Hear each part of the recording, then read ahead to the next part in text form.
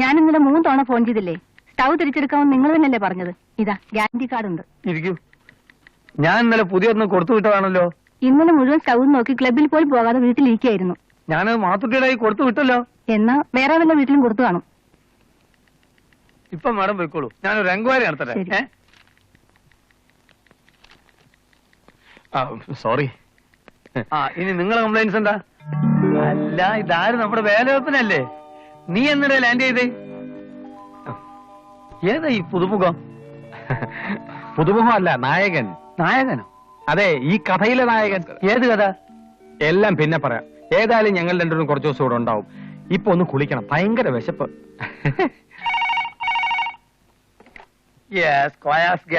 ഇന്ന് സിലിണ്ടർ തന്നില്ലെങ്കിൽ തന്റെ സിലിണ്ടർ ഞാൻ നടക്കും. ബാസ്റ്റാർഡ് നിന്റെ ഗ്യാസ് മണ്ണാൻ കേട്ടാ. താൻ പോയി കംപ്ലൈന്റ് ഇടോ. ഈ മാത്തുക്കുട്ടി അങ്ങോട്ട് തോറ്റല്ലോ. അവനൊരു ലൈനിൽ അയച്ചാ അന്ന് ചീത്ത മുഴുവൻ എനിക്കാ. ഒന്നും കൃത്യമായി ഡെലിവറി ചെയ്യുന്നില്ല. അതെങ്ങനെ? പുള്ളിക്കാരന് വേറെ 100 കൂട്ടം ജോലിയില്ലേ? ഇന്ന് അവൻ ഏത് റൂട്ടിലാ? ഗാന്ധിനഗറാ. അപ്പൊ ഇന്നത്തെ തെരുവിളി മുഴുവൻ ഗാന്ധിനഗറിനായിരിക്കും. ഗാന്ധിനഗറിനായിരിക്കും. നിങ്ങൾ അകത്തേക്ക് ഇരിക്കും. ഞാനൊരു 3-4 തെരുവ് കൂടെ കേട്ടിട്ട് വരാം. എനിക്കിത് കിട്ടണം. കിട്ടും. മനസ്സിലായോ?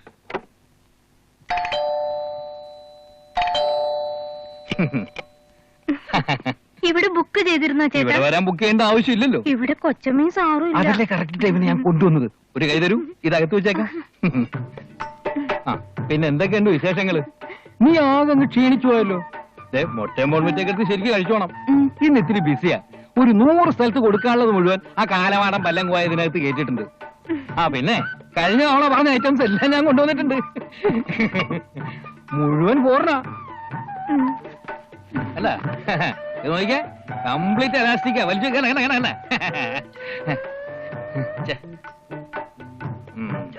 പോർണ. കണ്ട മാലിയും മലേഷ്യ ഒന്നും അല്ല, ഒറിജിനൽ ഫ്രം ബോംബെ, ദുബായ്.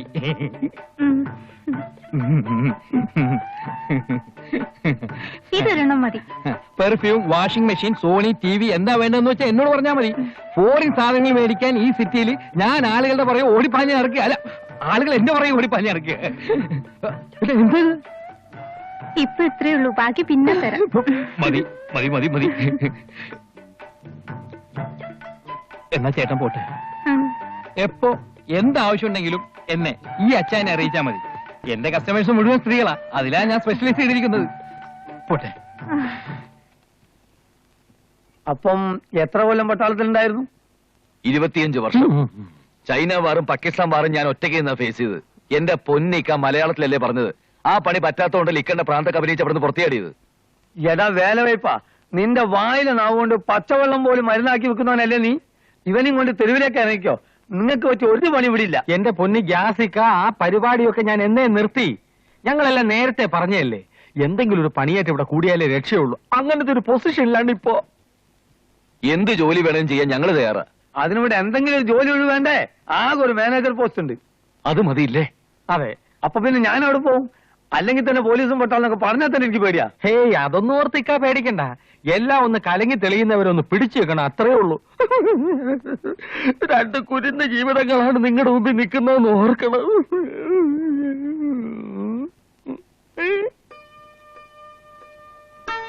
ഞാൻ സൂചിച്ച് ചുമക്കാൻ പറ്റുമോ? ഏറ്റു. എന്നാ പിന്നെ ഇവിടെ തന്നെ കൂടിക്കോ. ഓക്കെ. ആ മാത്തുക്കുട്ടി ഒരു പാഠം പഠിപ്പിക്കാൻ ഒരാൾ വേണം. പക്ഷെ അവസാനം ഇന്നെ ചവിട്ടി പുറത്താക്കരുത്. അപ്പൊ ഇന്ന് മുതല് നമ്മൾ ഒരു സെറ്റപ്പ് ചെയ്തിരുന്നു. കൊടുകായി അത് വേണ്ട, നമ്മൾ 2 സെറ്റപ്പിൽ നീങ്ങിയാൽ മതി. നിങ്ങൾ നിങ്ങളുടെ സെറ്റപ്പിലും ഞാൻ എന്റെ സെറ്റപ്പിലും. പിന്നെ എനിക്ക് പോലീസ് സ്റ്റേഷനിക്ക് ഒരു വലിയ പരിചയമില്ല. അപ്പോ നിങ്ങൾ ആ മുറി കൂടിക്കോളൂ. മാറ്. മറി ലൈറ്റ് അണയ്ക്ക്.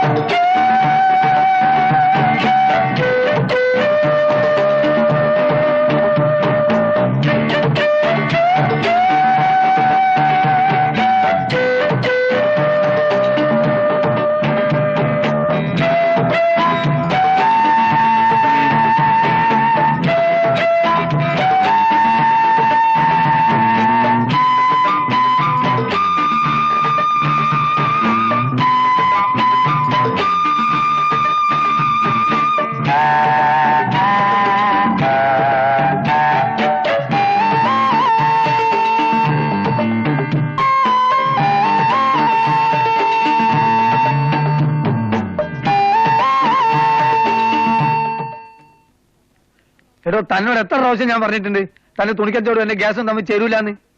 7 തവണ. സത്യം പറഞ്ഞ എനിക്കും അത് ഇഷ്ടമല്ല. വൈകുന്നേരം 5 വരെ ഗ്യാസിന്റെ ജോലി, പിന്നെ 5-ന് ശേഷം എന്തെങ്കിലും ഹോബി വേണമല്ലോ, അതുകൊണ്ടാ. എന്നെ കുറിച്ച് പരാതിയൊന്നുമില്ലല്ലോ. അപ്പൊ ഈ നാട്ടുകാരെ മുഴുവൻ തന്നെ കുറിച്ച് പരാതി പറയുന്നോടു. അതെ അതെ, എന്തതെ? വെറുതെ വരാതെ. കൈക്കൂലി മേടിച്ച് സിലിണ്ടർ കൊണ്ടുപോയി കിടക്കാൻ എന്നെ കിട്ടില്ല. അതിന് ചില ഫ്രോഡുകൾ കാണും. എന്റെ സംഗതി നേരെ വാ നേരെ പോ എന്നുള്ളതാണ്. ഈ കൈകൾ മാർപ്പാപ്പയെ പോലെ പരിശുദ്ധമാണ്.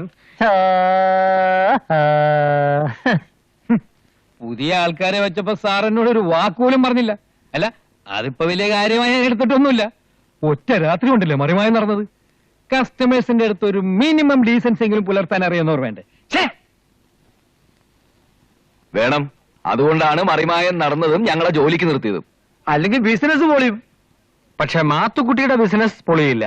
ലേഡീസ് ഐറ്റംസ് അല്ലേ മെയിൻ. എന്റെ തൊഴിലിനോടുള്ള ആത്മാർത്ഥയാണ് ഒരു ചോദ്യം ചെയ്തിരിക്കുന്നത്. ഗ്യാസ് എന്ന് വെച്ച ഒരു സിലിണ്ടർ പോലെയാണ് ഇപ്പൊ എന്റെ മനസ്സ്. വാൽവ് മുറുക്കി അടച്ചാരെ, അല്ലെങ്കിൽ ലീക്കുണ്ടാവും.